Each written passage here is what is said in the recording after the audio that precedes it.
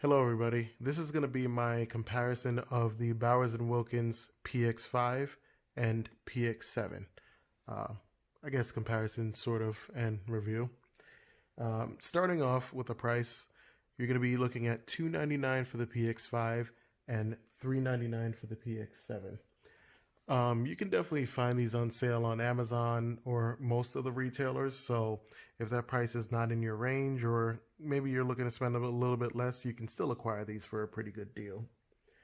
Going over the similarities between both of them are active noise cancellation equipped, ambient sound pass through equipped, wear sensor equipped.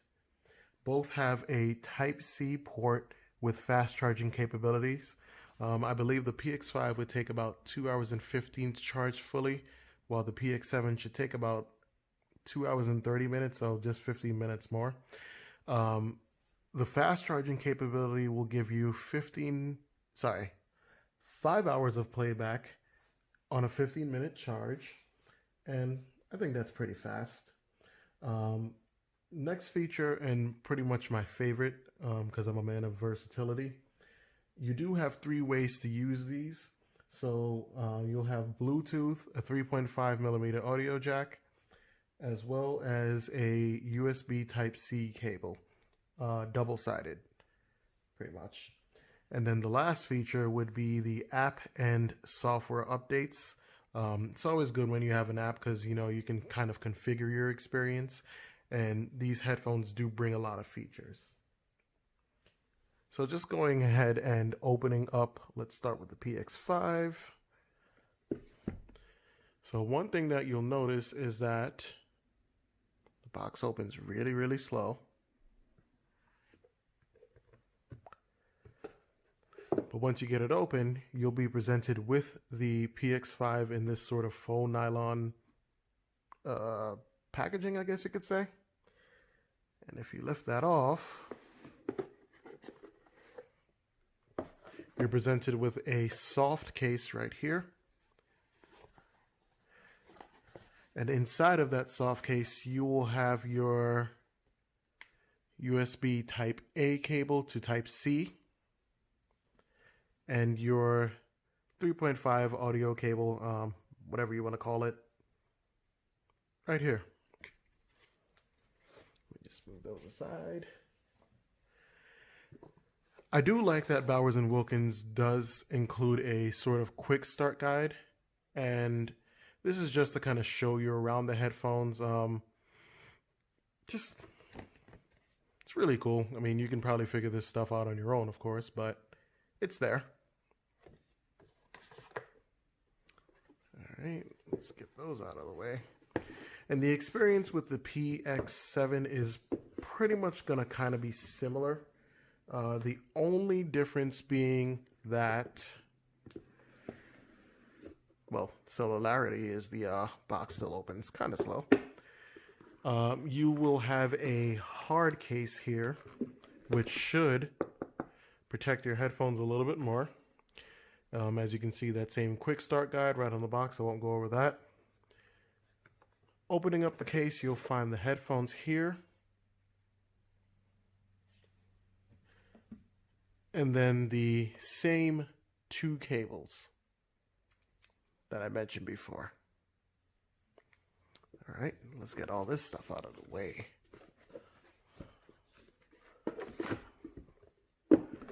So going over the other design differences between both headphones, pretty much going to be very similar on both. The right ear cup is going to be where most of your controls are. So as you can see, you have your volume down, play and pause, and your volume up here.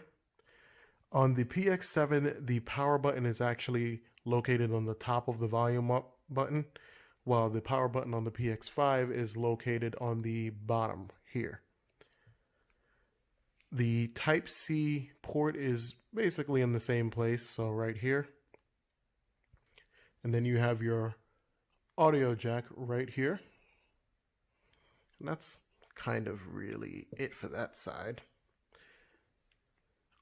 On the left side of the headphones, you will have your, whoa, sorry, kind of getting swivel crazy here.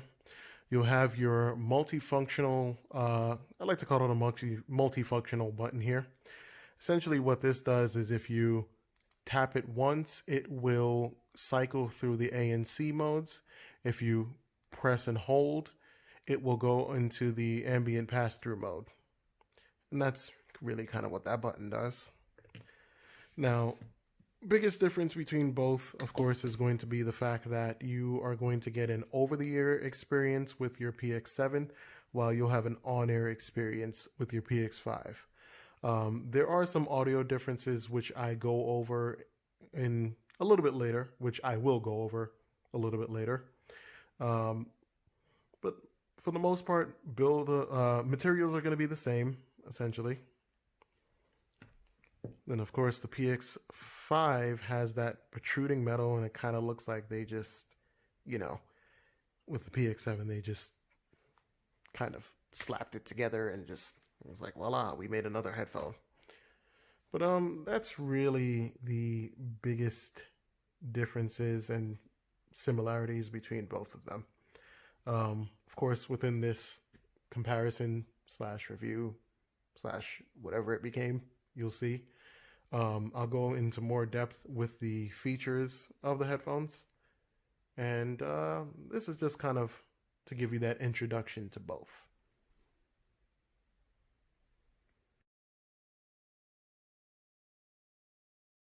Going ahead and taking a look at the app here, it's pretty straightforward and very simple. It'll just show you the headphones you have connected to the device, which I have my PX5 and my PX7s.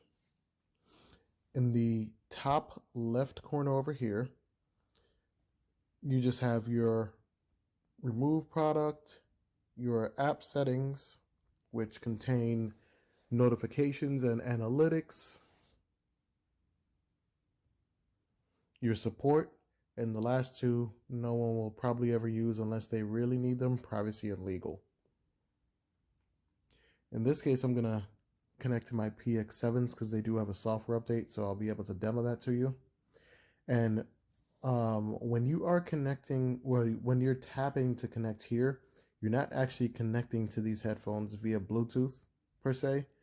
I believe it's using Bluetooth Low Energy to get to whatever configuration chip is within the headphones, just to configure certain settings that I'll be showing you.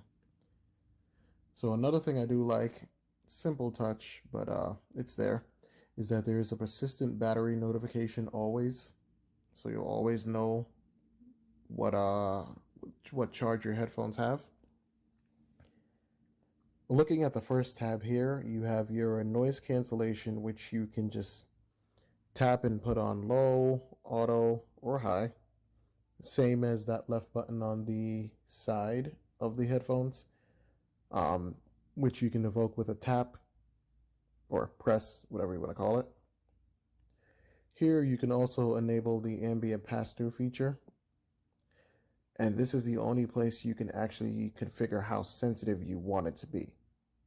So if I move that bar, I can hear less of the ANC, but I keep mine on high.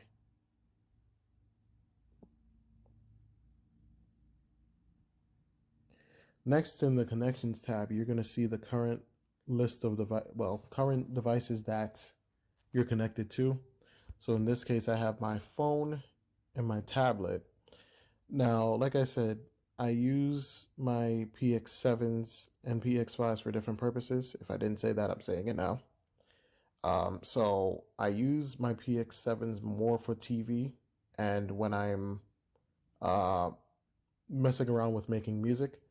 So when I do that software update, there'll be a little menu similar to this one right here, and you can actually prioritize the connection you want the headphones to connect to. So if I turn on my LG TV like you see here, it will actually, went to the other tab. It'll actually prioritize that connection, and when my TV's on, it will connect directly to that. Nice handy feature. Simple yet useful. Then you have your new connection, which just sends the headphones into pairing mode. And that's it for the connections tab.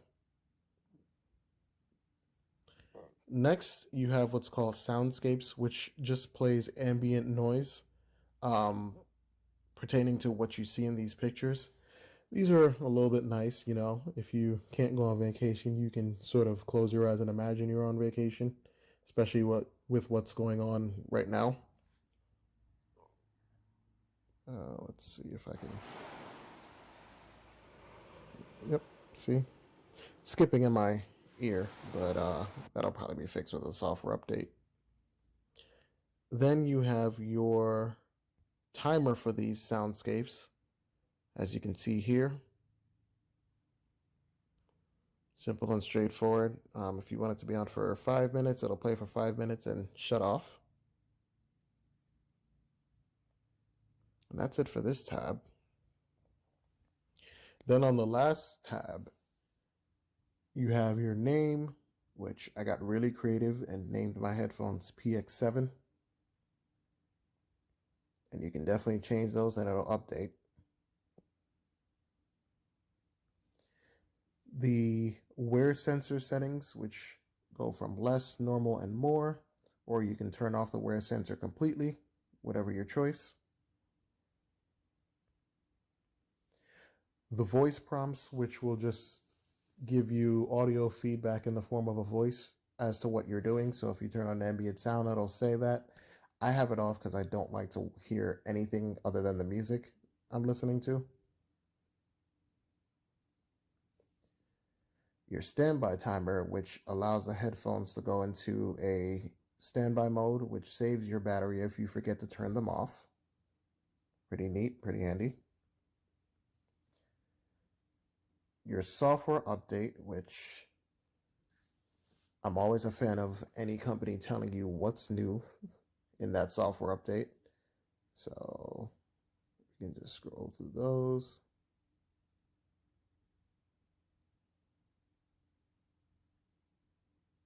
It's pretty robust list of fixes and features.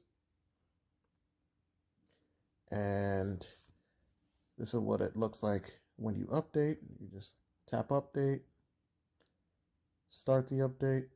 Please don't make the same mistake I did before and turn the headphones off. It gets pretty annoying. I mean, you can still do the software update through the app once again, but there's also a Bluetooth utility app that Bowers and Wilkins makes, which will also do that software update. And I had to end up using that, I believe, for my PX5s. Yeah, I had to use those for my use that app for my PX5 to update it after I accidentally turned them off. So we'll just leave this at what it is. As you can see, it happens pretty slowly. Go back here. Whoops, went way too far.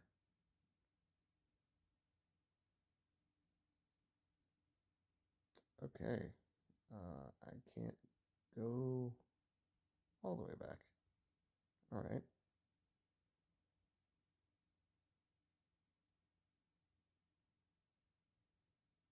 Interesting. Well, other than that, you have, I believe, the About tab, which will show you your serial number, your MAC address, and your software version. And then the last one, I believe, is your Reset tab, which resets the headphones back to factory settings, and just clears all the data from it so you can use them as if they were out of the box. And that's pretty much it for the app.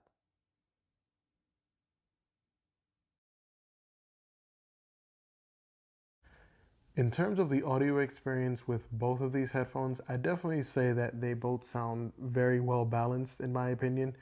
You're gonna probably choose one based on your preference, and I'll definitely will say that the PX7 does sound more pronounced, while the PX5 sounds a tiny bit muffled compared to the PX7s. But overall, Mids and highs are good on both. So are the lows. Just in case you're wondering, these are Bluetooth 5.0 headphones, and the codecs that they support are aptX Adaptive, aptX HD, aptX Classic, AAC, and SBC. I'm gonna try and see if I can give you a little bit of a demo of how they sound. All right, got both of them connected to my tablet here, and I'm gonna just play something. So this is with both of them on.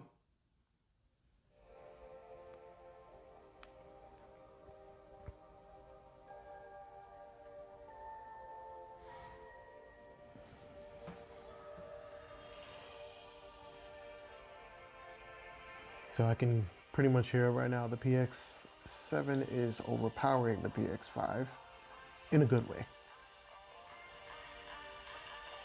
All right, next I'm gonna just do the PX5. So just the PX5 now.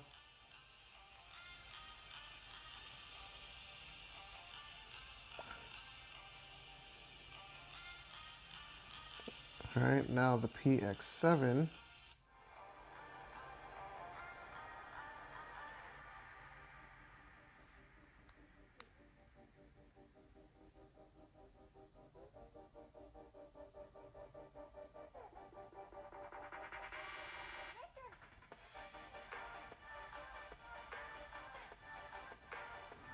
PX5.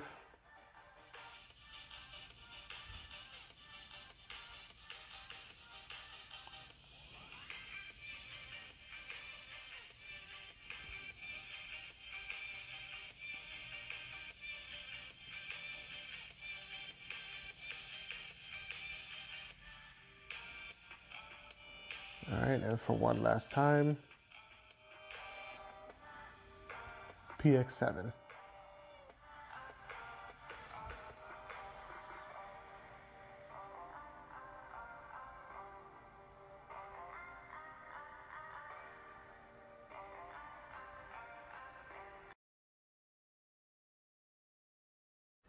Talking about the ANC experience on both of these, what I did was I did 3 tests, one with no ANC, one with high ANC, and one with low ANC. I didn't necessarily see it necessary to do an auto ANC test due to the fact that that's kind of like a combination of both, and that's going to be highly dependent upon where you are and what kind of sounds are, around you. But in terms of the no ANC, I would definitely say that the PX5 sounds a little bit quieter versus the PX7, which has more of a high pass with no ANC. Again, you may hear something different, but this is pretty much just my opinion. On high ANC, the PX7 seemed less consistent bass wise, depending on the genre of song. And the PX5 did have better highs, in my opinion. In terms of the low ANC experience, the PX7 had better bass at lower volumes, but the PX5 sounded better overall at higher volume. Overall, I would definitely say it's kind of a mixed bag, but not really a bad mixed bag, I guess you could say. It just really comes down to the genre of music being played and what ANC level is being used. You could also just use them without ANC, which in that case, the PX7 would probably provide just a little bit better noise isolation due to the fact that it's an over-the-air headphone. But generally speaking, I mean, I don't have other headphones to compare these to. I know that everybody raves about the Sonys, but I don't have those to compare it to. But overall, the experience is really not bad on both, I would say.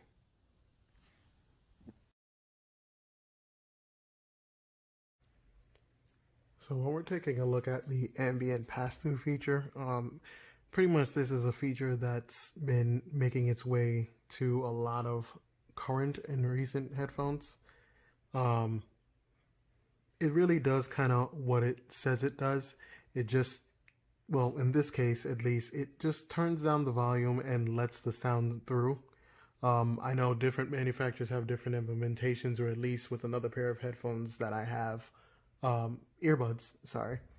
You know, it won't turn down the volume, but it will let the sound through. So I guess it all depends on the implementation. But in terms of Bowers and Wilkins implementation, all it's really going to do is just turn that volume down and let that sound through with the simple press and hold of a button. I think it's about 2 seconds. I'm going to try and demo that for you here.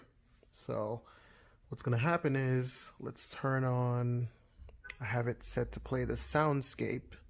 So right now it's playing that soundscape, and all you really have to do is press and hold this button right here. See, turns down that volume, and essentially what you'll be hearing now is everything outside. And if you do the reverse,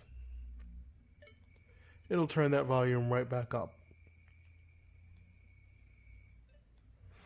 And then again, from here, you can just sort of control that feeling of transparency. So maybe you only want to hear a little bit of it, or I don't know, naturally, whatever that means. Or maybe you want to hear more of what's going on outside when you do activate that feature. One thing I will say, sorry, I choked a little bit there. One thing I will say is that there is this weird glitch with these, and it doesn't always happen, but it happens on both headphones to me, where when I try to activate the ambient noise, it actually doesn't go through. And I'm not sure why. I don't know really how to sort of make it happen, but I'm pretty sure it's something that will and can be fixed with a software update. But that's pretty much the ambient pass through feature. Really simple. Like I said, just a press and hold.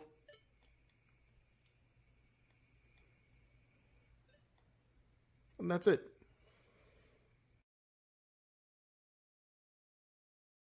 So looking at the wear sensor, there are going to be 3 levels: less, normal, and more. The wear sensor works pretty well, I can definitely say, and that's a little bit more consistent. I did notice that there is a 1 second delay, 1 second being on the PX5 versus 2 seconds on the PX7. What I meant was there's a 1 second delay between the function on both headphones. On more, I had to remove the headphones completely using my PX5s.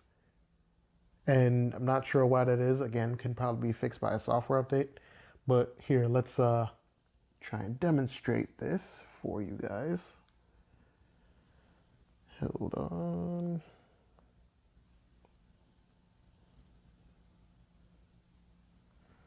I just gotta make sure they're connected. All right, so I'm gonna demonstrate them using the PX5s.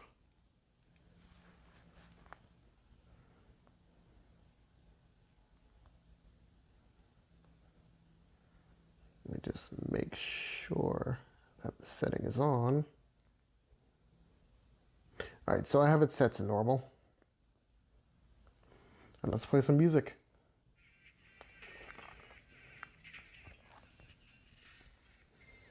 All right, gonna be removing the headphones now. All right, so that's the PX5. Putting the headphone back on.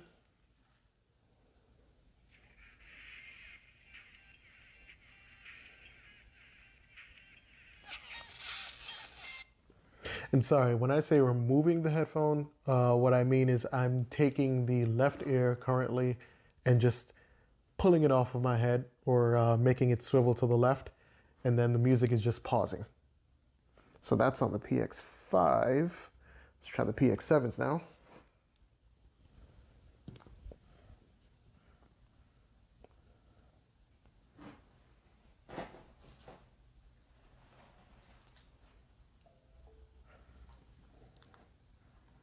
Whoops, sorry, those are on standby.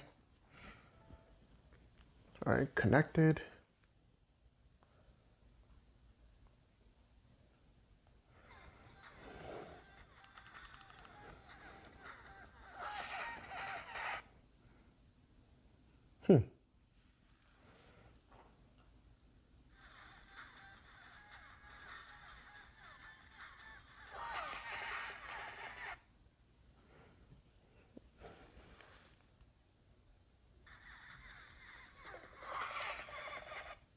All right, and again, that test was using the left earphone and swiveling it off to the left.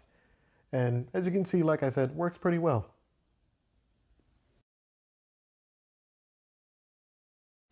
So like I said before, you're gonna have three ways to connect these headphones.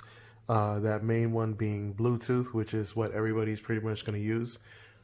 Just a reminder that Bluetooth version is 5.0, so that connection is gonna be pretty stable. I've pretty much been able to have it connected to my phone while I go outside, and my apartment is on the second floor. And right when I hit the breezeway underneath my balcony, it literally connects directly to my tablet, which is on the second floor.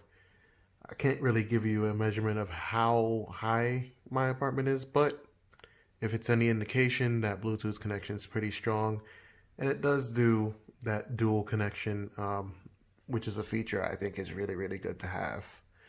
The other two ways you're going to be able to connect is via 3.5 millimeter cable, double-sided, of course, and USB Type-C cable to Type-C. This does not come in the box, so you do have to provide your own. However, it is still pretty much going to be really convenient. And let's see if I can actually demo that. All right.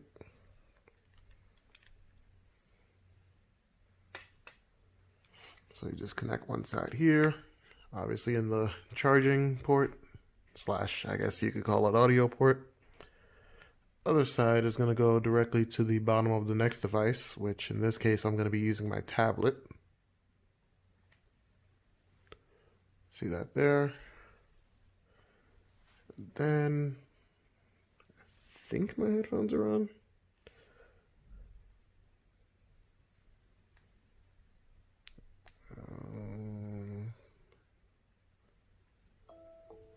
I just had to disconnect them from Bluetooth. And as you can see, just kicked in.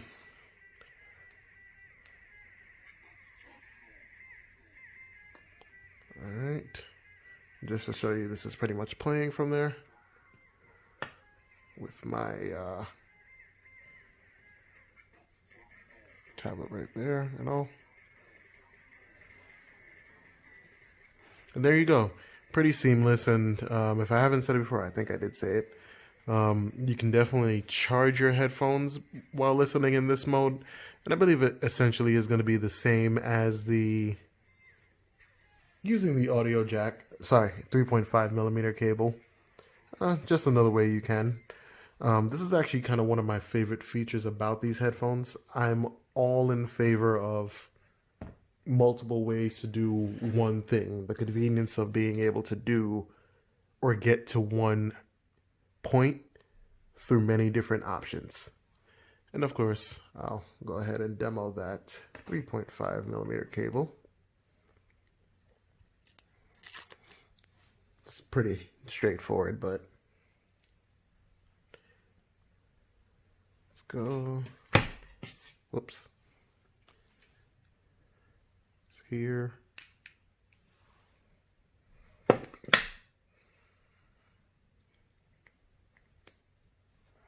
Because, you know, these things don't have headphone jacks anymore.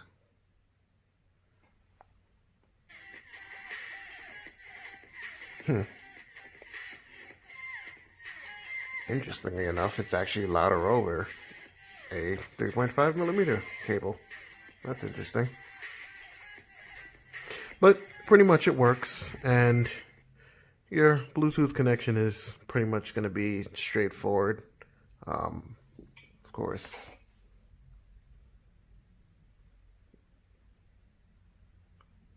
just turn on Bluetooth, get to that Bluetooth menu. Hold on.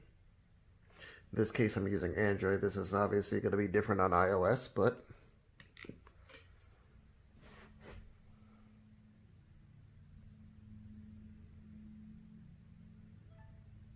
see, you get audio confirmation that they've connected, and that's pretty much it, really. And I'll do the same song. Sorry about the lawnmower.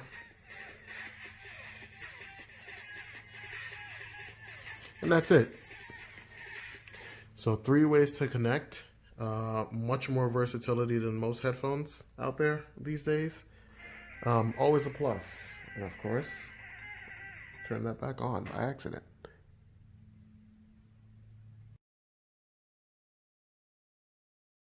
So in terms of the battery life for both of these, they will definitely last you a day, probably even more depending on how you're using them. You know, you can use them with a audio cable, and you can also use them with a Type C to Type C cable, which I have here. They should take about 2 hours and 15, well, the PX5 will take 2 hours and 15 minutes to charge, while the PX7 will take about 2 hours and 30 minutes to charge. What I did notice is that the PX7 battery drained faster, but I mean, it does have bigger, more specific drivers, so that's probably to be expected, especially if you're playing a range of music. One of the things that I do definitely like is the fact that you can charge them while listening through the USB-C cable. I'll actually show you that. So, as you can see here, I have my tablet and no space on my table because I didn't do this right, but whatever. So, just gonna take that. And this does not come in the box. You do have to provide your own double-sided USB-C cable, but the option is there for you. And then C, just plug them right in. Sorry, my dog is kind of getting annoyed with me talking, if you heard that sigh in the back.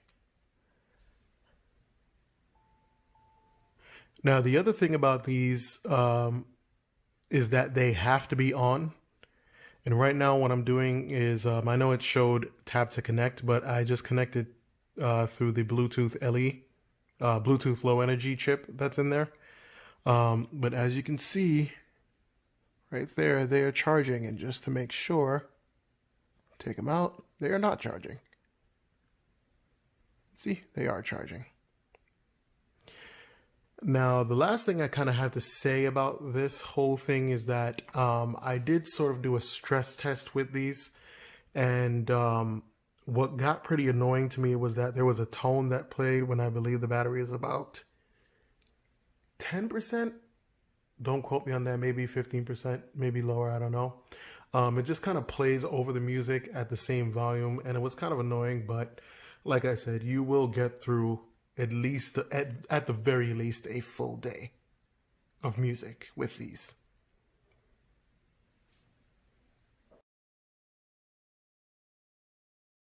So in conclusion, I don't really want to say one of these headphones is going to be better than the other. Honestly, I really just think it comes down to preference and how in-depth you kind of want to go. You're basically going to get the same features, the same great features in my opinion on both, with the active noise canceling, the ambient pass through, the wear sensor, the 3 ways to connect both headphones via Bluetooth, 3.5 millimeter or USB-C, that Type-C port with fast charging, the fact that it has an app to configure all those things, and the software updates. But it's really going to come down to whether you want an over-the-ear experience or a on-the-ear experience. Both of them do fit very, very comfortably, I will say. I'd definitely probably say that the PX7 does kind of make your ears hotter in the summer, but again, that's to be expected with over-the-ear headphones. And you're definitely going to get a little bit of a better case on the PX7, but I really don't think that's going to be an issue. Either way, like I said, you're going to get a very, very well-rounded experience with both, and you're going to get one of the few products that kind of have all of these features out there. So whether you go with the PX5 or the PX7, you won't make a bad choice. If you've gotten to the end of this comparison, I definitely thank you. If you have any questions, comments, or anything that I didn't cover, I'd definitely like to make a follow-up video, but I thank you for sticking out with me during my first review. Sorry, my first comparison. It's a comparison. I need to stop saying review. Review comparison. Anyway, have a great day, people.